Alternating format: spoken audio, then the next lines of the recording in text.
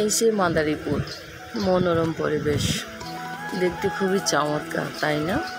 ভালোই লাগছে কিন্তু আমার কাছে। সেই পদ্মা সেতু পাড়ি দিয়ে যেতে হয় মাদারীপুর। একবার গিয়েছিলাম, ভালোই লেগেছে। এই সেই নদী যেখান থেকে মাছও ধরা হয়, আর এই সেই মাছ যা আমার জন্য আমার প্রিয়জনেরা ধরে পাঠিয়েছে, আবার কেটেও পাঠিয়েছে যেন আমার কোনো কষ্ট না হয়। একটু হলুদ লবণ দিয়ে মেখে মাছগুলো আমি এখন ভাজবো।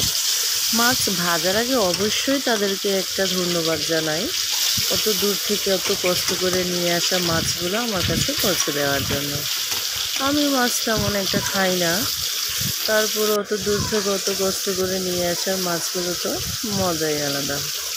হ্যাঁ, প্রিয়জনদের কাছ থেকে পাওয়া প্রিয় মাছগুলো এখন আমি আমার প্রিয়জনের জন্য রান্না করব। এই তো ট্যাং ট্যাঙা, আমার রান্না শেষ, এখন আমার পরিবেশনের পালা।